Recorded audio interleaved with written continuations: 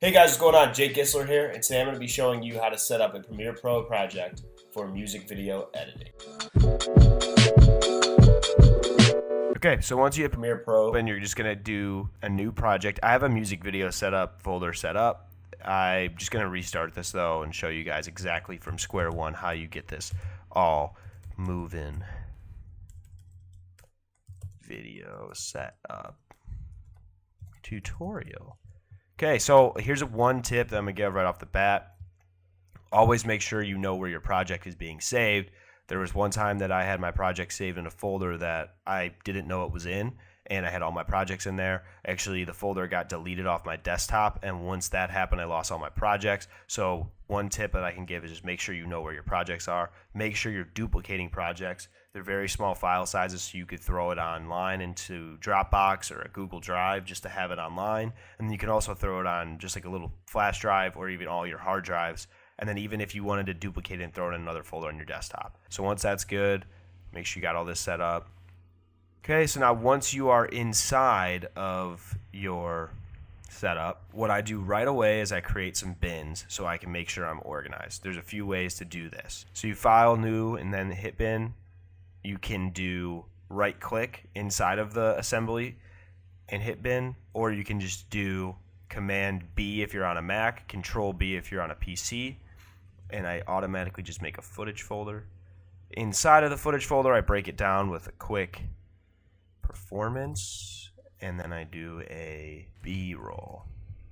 Okay, so now once I do that, I come back out here, minimize this, and I'll make another folder that is called video materials. Inside of this folder, this is where I'm going to put all of the materials I'm utilizing that are not footage but rather logos, anything like that. So we'll do my logo first. This is the logo I'm utilizing right now. I'm getting a new one made at the moment. Also, quick tip too, know your shortcuts.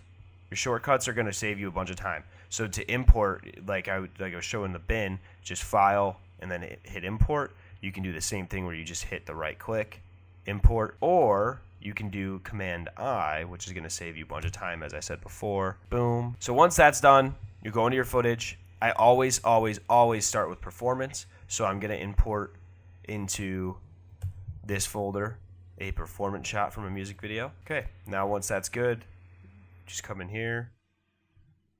You can hit I. I is the in key. So on here, if I hit out, in, out, that's only 1 second. But if I hit I and then I drag this all the way back, and I hit out, that's the whole entire piece. And then I'll drag this in, drop it, boom. So in Premiere Pro, once you drop something inside of the sequence, it's actually going to automatically set up your sequence with whatever the dimensions are of that clip and the quality of that clip. So this is a 4K shot. I don't ever drop a video in 4K. I always edit in 1080. So you're going to go to sequence settings, frame size, and you'll just change this because this is set up as you can see in 4K. You'll just change this to 1920 by 1080.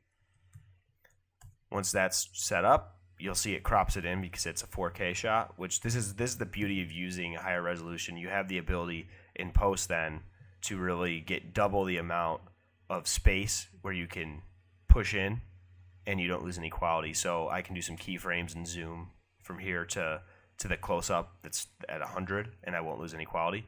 Or you can even just make like 2 shots out of one by zooming one in and having a close-up and then having the other one pulled back in that wide shot. So now that you have this all set up, you can throw in your letterbox, and this is what I tend to do right away.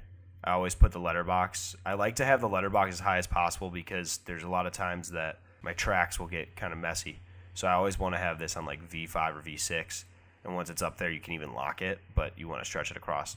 And this is what I usually do is I'll have the actual song in, and I'll throw that in first, change the sequence settings, make sure the frame rate is at 23.967, and I'll stretch that letterbox all the way out. And then I'll lock it.